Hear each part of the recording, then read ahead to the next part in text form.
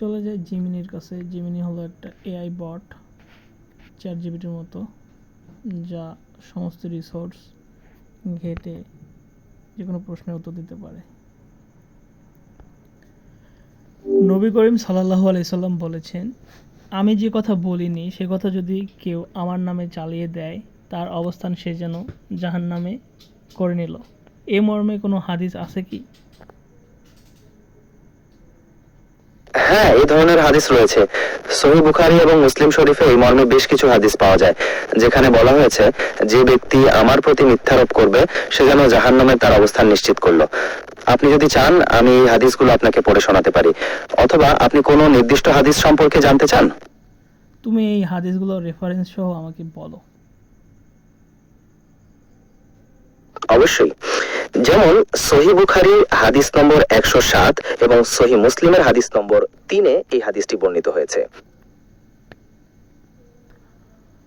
আচ্ছা, ভালো কথা। তাহলে আমাদের কোনো মাসলা মাসাইল বলার ক্ষেত্রে কতটা গুরুত্ব সহিত বলা উচিত বলে তুমি মনে করো?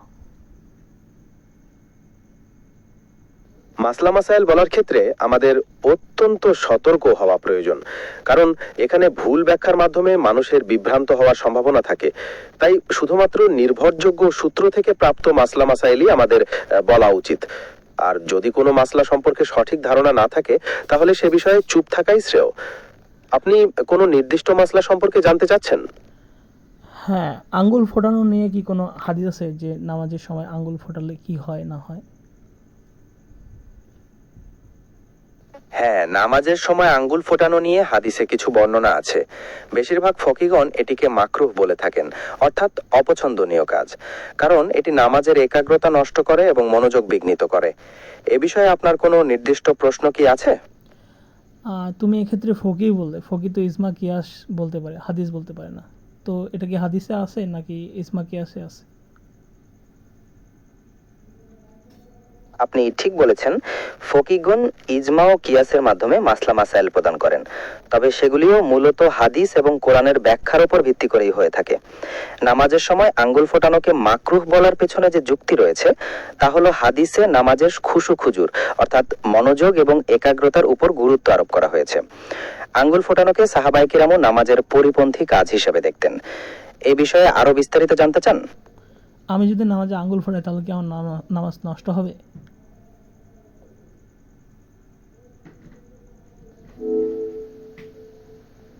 না, নামাজের মধ্যে আঙ্গুল ফোটালে সরাসরি নামাজ ভঙ্গ হয় না, তবে এটি মাকরুহ অর্থাৎ অপছন্দনীয় কাজ, কারণ এটি নামাজের একাগ্রতা এবং খুশু খুজুর পরিপন্থী। আপনি যদি নামাজের মধ্যে আঙ্গুল ফুটিয়ে থাকেন তাহলে পরবর্তীতে এ থেকে বিরত থাকার চেষ্টা করবেন। আর এই বিষয়ে আরো বিস্তারিত জানতে আপনি একজন নির্ভরযোগ্য ফকিহ বা আলেমের পরামর্শ নিতে পারেন। আপনার কোনো প্রশ্ন আছে? আচ্ছা, অজু করা অবস্থায় আঙ্গুল ফোটালে অজু নষ্ট হয়ে যাবে, এমন কি কোনো কেউ কিছু বলছে হাদিসে অথবা ইজমা কিয়াসে?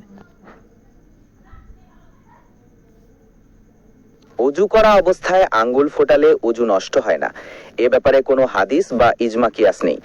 তবে উজুর সময় আঙ্গুল ফোটানোকে অনুচিত বলা হয়েছে, কারণ এটি উজুর পবিত্রতার সাথে যায় না। আপনার কোনো প্রশ্ন আছে? আচ্ছা, অজুর মানে ভঙ্গ হওয়ার কারণগুলো আমাকে বলো। ছোট কারণ, বড় কারণ, সব কারণ। অজু ভঙ্গের কারণগুলো বিভিন্ন ধরনের হয়, কিছু ছোট কারণ আবার কিছু বড় কারণগুলো। আমি আপনার কাছে একে এক করে বলছি। প্রথমে আমি ছোট কারণগুলো বলছি। যেমন পায়খানা প্রস্রাবের রাস্তা দিয়ে কিছু বের হলে, মুখ ভরে বমি করলে, থুথুর সাথে রক্তের ভাগ সমান বা বেশি হলে, চিত বা কাত হয়ে হেলান দিয়ে ঘুমালে, পাগল মাতাল বা অচেতন হলে। আর বড় কারণগুলোর মধ্যে রয়েছে যেমন গোসল ফরজ হয় এমন কিছু ঘটে যাওয়া। আপনি কি এগুলোর বিস্তারিত জানতে চান? হ্যাঁ, অবশ্যই বলো, কি কি কারণে গোসল ফরজ হয়? গোসল ফরজ হওয়ার কয়েকটি প্রধান কারণ রয়েছে, যেমন প্রাপ্তবয়স্ক হলে, স্বপ্নদোষ হলে, সহবাস করলে, মহিলাদের মাসিক বা সন্তান প্রসবের পরবর্তী যে রক্তপাত হয় যেটাকে নিফাস বলা হয় তা বন্ধ হলে। এই কারণগুলোর মধ্যে কি আপনি কোনোটির বিস্তারিত জানতে চান? না, তুমি উজুরটাতেই চলে যাও। আচ্ছা, তাহলে অজু ভঙ্গের কারণগুলো আমরা আরেকবার আলোচনা করি।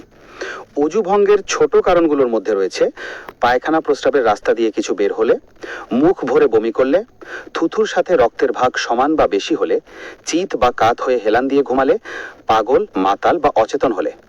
আর অজু ভঙ্গের বড় কারণগুলোর মধ্যে রয়েছে গোসল ফরজ হয় এমন কিছু ঘটে যাওয়া, যেমন স্বপ্নদোষ বা সহবাস। এখন আপনার কোনো প্রশ্ন আছে? আচ্ছা, বায়ু বায়ু বায়ু ছাড়লে কি ওজন নষ্ট হয়? হ্যাঁ, বায়ু ছাড়লে অজু নষ্ট হয়ে যায়। এটি অজু ভঙ্গের একটি প্রধান কারণ। আপনি এই বিষয়ে কিছু জানতে চান? না, অনেক বলেছো। এখন তুমি আঙ্গুল ফোটানো যে মাকরু নামাজের মধ্যে, এগুলোর রেফারেন্স দাও। নামাজের মধ্যে আঙ্গুল ফোটানোকে মাকরুহ বলার পেছনে যে হাদিসগুলোর উল্লেখ করা হয় সেগুলোর মধ্যে কয়েকটি হলো: 1. মুসান্নাফে ইবনে আবি শাইবা, বর্ণনা 7362। 2. খুলাসাতুল ফাতাওয়া, খণ্ড 1, পৃষ্ঠা 57। 3. ফাতাওয়া হিন্দিয়া, খণ্ড 1, পৃষ্ঠা 106। 4. মাজমাউল আনহুর, খণ্ড 1, পৃষ্ঠা 185। রদ্দুল মুহতার, খণ্ড 1, পৃষ্ঠা 642। এই হাদিসগুলো দ্বারা নামাজের মধ্যে আঙ্গুল ফোটানোর মাকরুহ হওয়ার বিষয়টি প্রমাণিত হয়। আপনার কোনো প্রশ্ন আছে? না, তোমাকে অনেক ধন্যবাদ।